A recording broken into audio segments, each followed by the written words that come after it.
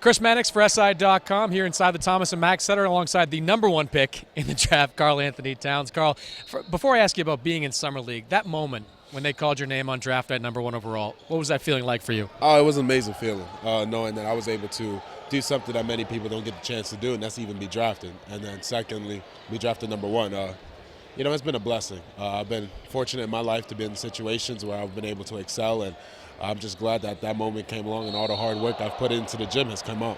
How much uncertainty was there for you in that moment? I mean, were you comfortable that you were going to go number one, or was there any doubt in your mind at that moment? A lot of uncertainty. You never know. I mean, that's why draft day is such a big day.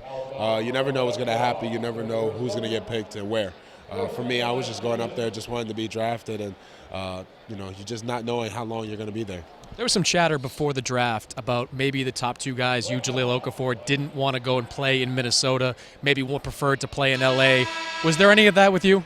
No, I actually wanted to play in Minnesota. I wanted just to play basketball. I've been growing up playing this game for so long.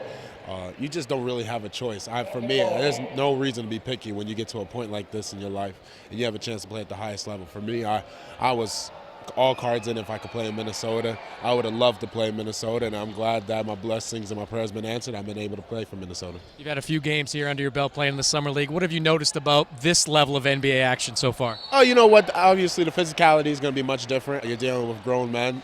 Also, getting used to playing 3 games in 4 days or 4 games in 5 days, it's a big difference.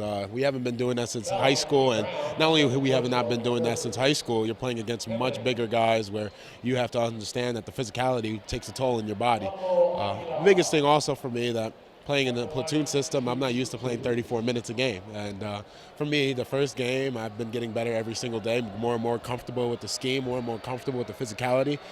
Different schemes also that teams throw at you.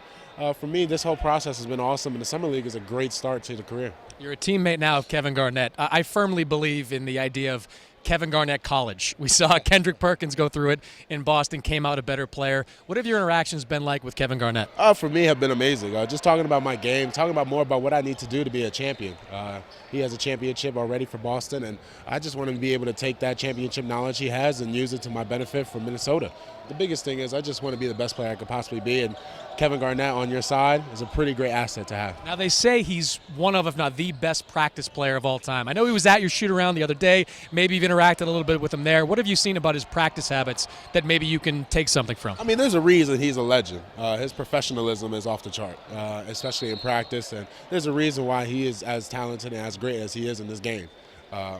Just trying to take some traits of his, put it into myself, implement more professionalism that he has installed into his body, into mine, and be able to contribute to this team as much as possible. The last time Minnesota was truly successful was when Kevin Garnett was there the first time around. Really exciting young core that you've got here with Andrew Wiggins, Ricky Rubio, among others. How do you feel about this group that you're about to join for the next several years at least? I mean, it reminds me a lot of the Kentucky team I just played for. It's a tremendous amount of talent, young, also have the drive to win, and we all have that drive to win, and I see nothing but great things for our team.